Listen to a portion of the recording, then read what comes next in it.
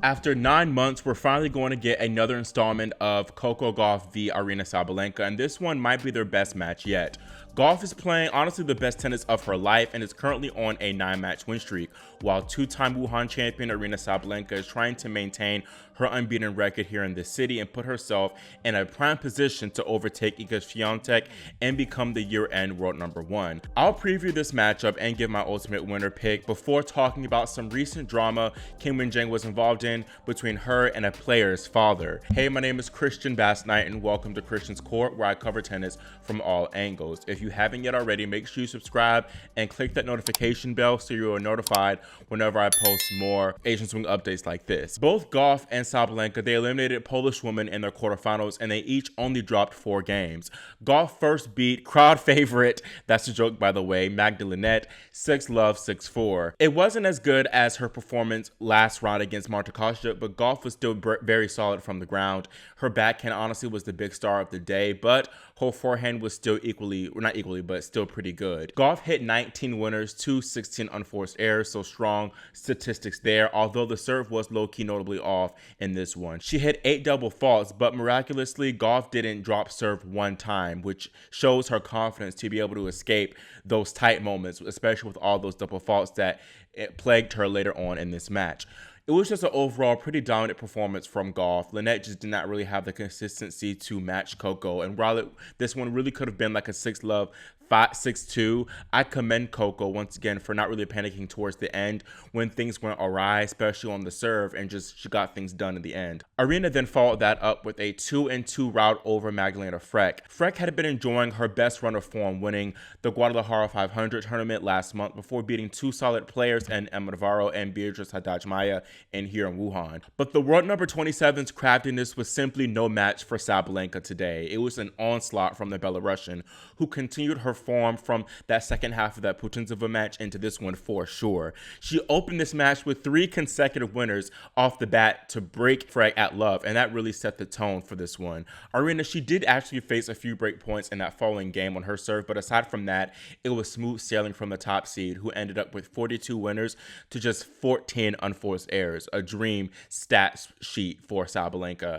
This is definitely by far her cleanest match of the week. Now, Gauff does lead the head-to-head 4-3 against Sabalenka, and I do not think that this is the best matchup for the Belarusian for sure. Gauff not only gets a lot of balls back due to her incredible defensive skills, which can of course extract errors from Sabalenka whenever she misses her mark and starts firing a whole bunch of errors. That pisses her off like it did at the 2023 US Open and a little bit in the 2024 Australian Open semifinals before Coco controlled it. And then 2, Gauff has showed us lately that she can step up also and be aggressive in addition to counterpunching and just win points from the ground with her own power. Aryna did win their last meeting at this year's Australian Open, which I mentioned in the semifinals, although Gauff came within points away from taking the first set. I feel like if she did take care of that opening set, we could be calling her a 2-time slam champion. I am interested to see how Gauff's more aggressive game style will match up against Sabalenka's. Still though, with Aryna's power, you'd assume that she will be in more control of most of the baseline exchanges. Sabalenka seems to think this to herself, as she told the press that she plans on coming into the net more against Gauff on this lower Wuhan court. And I think that would be a decent strategy. Lynette had pretty good success whenever she did this against Coco. Sabalenka needs to be careful though whenever she does come into the net and pick the right chances whenever she does decide to move forward, because Gauff's defense to offensive skills are unmatched on the tour. This is going to be a very intriguing matchup to me because both women are playing very well right now. I will have Sabalenka winning this one in 3 sets, large in part due to Coco talking about how she's felt a little bit fatigued recently in these matches in Wuhan from playing those 6 matches in Beijing and then having to turn around and compete in Wuhan, where she has not had the luxury of having a day off. I noticed that Coco, while she played well, she didn't have the same energy or intensity against Lynette that we saw in Beijing. And at the China Open, Coco, she had to fight back from set deficits 3 times before ultimately beating Muhova in that convincing straight sets final. but it still makes sense why she would be a bit tired from all the tennis that she has played lately. Sabalenka, meanwhile, lost in the quarterfinals in Beijing, so she might have a little bit more left in the tank, despite playing an hour longer than Gauff this week. It'll also help that she will likely be the aggressor for most of the baseline exchanges, and she won't then have to run as much or move as much compared to Gauff.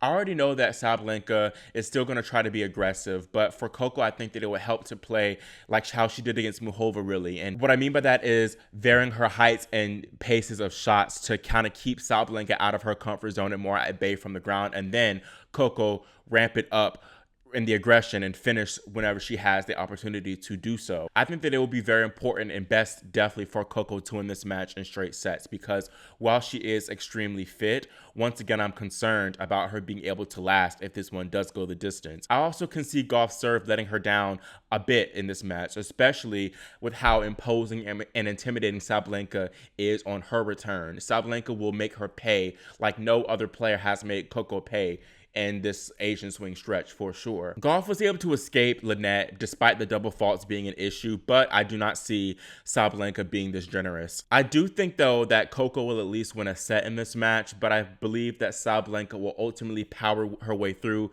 to her third consecutive Wuhan Championship match. Our second semifinal is an all-Chinese one between Qinwen Zheng and Xinyu Wang. Zheng got an excellent 6-2, 3-6, 6-3 win over Jasmine Paolini to score her third top 10 win of the season. Xinyu Wang, meanwhile, got through a roller coaster of a quarterfinal against Ekaterina Alexandrova, winning that one 4-6, 7-5, 7-6. Wang saved 2 match points in the third set, and she nearly fumbled a 5-love lead in that third set tiebreaker before eventually controlling it for the 8-6 clinch. These two have never played before, and Qinwen will be the favorite in my opinion, as this is going to be Wang's first ever WTA 1000 semifinal, so it likely is the biggest match of her career. Zheng's experience should get her through, plus Wang will likely be a little bit more fatigued, and I'm worried too about her body being able to last because she's low-key looking like a mummy with her right arm being all taped up. Zheng, by the way, had a little bit of drama in her round of 16 match against Fernandez. When at 5-7 1 all, she told Fernandez's dad to basically be quiet. Fernandez was not happy about that, and she stepped to Zheng and asked her what she said to her team. It's hard to make out what Qinwen said in response, but Layla then told Zheng that her dad didn't say anything to her and to be, quote, very respectful. Qinwen then rolled her eyes and complained to the umpire that she had a problem with Layla's dad talking so much when he was on the opposite side of the court to his daughter. The umpire said if Qinwen had a problem with it, she should have talked to her directly, and I agree. I think that it was unnecessary for Zheng to call out Layla's dad directly, but it was likely due just to her frustration of being down in the score at that point. Qinwen, of course, won the match, only losing 2 more games after that whole back and forth, so the friction honestly seemed to work out in her favor. After the match, Zheng told the press, "I was distracted in the first set by what the dad was saying because Layla was on the other side. He was always talking, come on, before I started to return. That's why I think I lost the game when I was up 30-love at 5-all because I was a little bit distracted." After that, he continued, plus the pain I had in the stomach, the fight against the opponent, I couldn't hold it in anymore. I said to him, "You must talk before I start to return." After that, I actually started to feel better because it's what I had in my heart. I didn't say anything disrespectful. I just said what I felt without any bad words. To be honest, I know she got a lot of backlash for this, but Emma Navarro might have been right when she said that Qinwen goes about things in a pretty cutthroat way. Even last week in Beijing, Zheng said that she didn't notice her opponent Mira Andreeva crying during their match because she was too focused on trying to win. Qinwen is honestly so funny, I can't even lie. But some fans were rubbed the wrong way about that statement, one tweeting, "Not surprised why players in the locker room don't like her." Donna Vekic even liked this tweet, but some Qinwen supporters defended Zheng and said that Donna was only salty that Vekic lost to her in that Olympics final. To be honest, it seems like Zheng is low-key cutthroat, but that's okay. I feel like Navarro just got too much backlash from that statement. Zheng's behavior isn't horrible in my opinion, but it's just not quite polite, which I don't think is too much of a problem. Low-key, I think it's refreshing. And I feel like Danielle Collins would actually like Qinwen because the Chinese woman is definitely not fake. She'll tell you how she feels. Anyways, on to the men in Shanghai. The 2 final quarterfinal matches were played. First, Taylor Fritz defeated David Goffin 3-4 for his 5th career Masters 1000 semifinal. The American, who will rise to number 6 in the world after this tournament, will meet Novak Djokovic, who escaped 19-year-old Jakub Mensik 6-7, 6-1, 6-4. This Djokovic-Mensik match was very topsy-turvy. Djokovic had so many opportunities to win the first set, I think despite not having an actual set point, but he just couldn't take it. But ultimately, he got by in the end despite being not so opportunistic on his return. Novak also didn't look great game-wise or physically as he was stretching out his left knee / hamstring. After the match, Djokovic didn't really give much away regarding how he felt physically with the knee, and he just said he hopes to be ready for this semifinal. Novak, by the way, is playing for his 100th ATP title if he were to go all the way and win his 5th crown here in Shanghai, so definitely a little bit of history he's thinking about as well. On paper, this might be the best chance that Taylor has at beating Novak. Novak is obviously not in the best of form, and he's not seemingly in the best shape physically. Fritz is 0-9 though against him, and I feel like though you got to think about the mental aspect of finally trying to get over the monkey off your shoulder. I also have a feeling too that the Serb won't play as poorly as he did today against Menzik and will raise his level, and I low-key might see him going 10-0 against the American. That is it for this Christian's Court report, and let me know who you think will take it between Sabalenka and Gauff in the comments. Also, do you think that Qinwen is indeed a bit cutthroat like Emma Navarro said she was?